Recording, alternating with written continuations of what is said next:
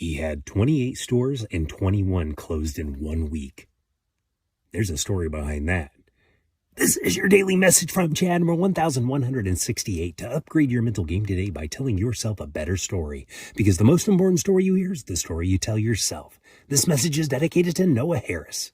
Here's the upgrade. You think the truth will scare your team away, but upgraded thinking knows the truth is what makes them stay. Here's the story. Todd Graves, founder of Raising Cane's, built the whole company on 4 items: chicken fingers, fries, coleslaw, and Texas toast. That's still the menu today. Bankers told him he was crazy for it. He didn't have the money to prove them wrong the easy way, so he financed growth the hard way.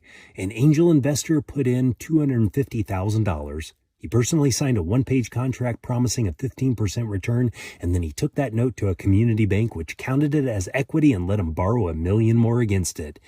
He did that deal 28 times. He was floating payroll every 2 weeks, food every 30 days, rent every 30 days, living on the gap between what came in and what he owed. Then Hurricane Katrina hit. 21 of his 28 restaurants went dark. Revenue stopped. The bills didn't. Most leaders in that spot manage the story. They say something confident, keep the crew calm, keep the panic contained. Todd did the opposite. He called his crew together and told them the whole thing. No filter, no spin. He said, our community needs food and you need to come back to work. That part first.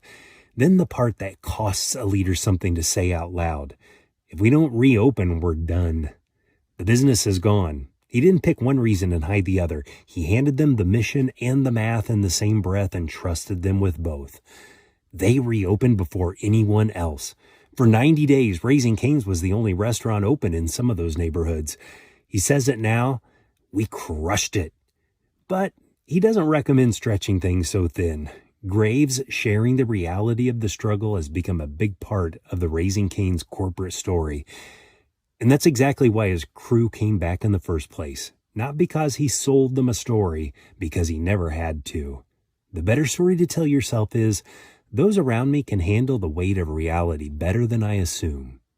Raising Cane's, by the way, opened their 1,000th store this year. Tell me a story of a team that rose to reality instead of the spin to fromchadsmith@gmail.com. Send someone a text and ask them, what's a time someone handled the hard truth better than you expected?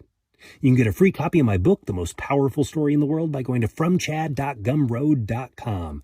The transcript of this message and hundreds of others are always available at www.fromchad.com.